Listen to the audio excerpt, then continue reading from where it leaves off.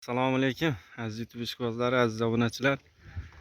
Biz mana 1,5 gektarga yaqin bo'lgan issiqxonamizni, Tiflisamizni mana tugatib topshiryapmiz egasiga.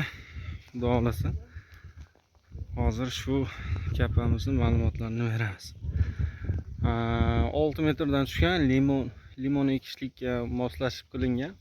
Nariyalarda ham bo'lgan ekan kapa, xuddi o'shanga o'xshab qilib berdik. Johir aka qalay, yoqdimi aka? Rahmat aka, yoqdi, zo'r, yaxshi chiqdi.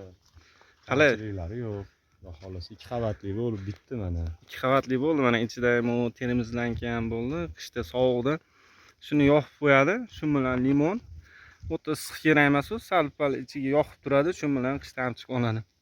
Kirish qismlari ham yaxshi ko'chiklari bilan. Zo'r chiqdimi aka, ishimiz yoqdimi? Yoqdi aka, zo'r chiqdi. Ancha sifatli bo'ldi, tez bo'ldi. Qanchada bitirdik aka bu 1,5 gektarni salgan? 1 oy oshiqroq muddatda, 1 oyga yaqin muddatda. 1 oy o'rtacha shu dam olgan kunlarimiz bo'lib, 1 oy 10 kun atrofida, to'shni ishlagan kunimiz 1 oy 10 kunda bitirdik. Holatlari mana. Stoykamiz balandligi 3 metrdan oshiq, eng pastki joyi ham. Bu tortilgan liniyasi bu yerga zajim bo'lib, ikkinchi qavatniki kelib tushadi. Latoylari qirg'li, salkam qirq. Stoykalari konteynerni pastidan chiqadigan laygantdan bo'linib, bittadan ikkita chiqqan. Armaturadan bo'lgan duvgasi. Ikkinchi qavat konteynerda.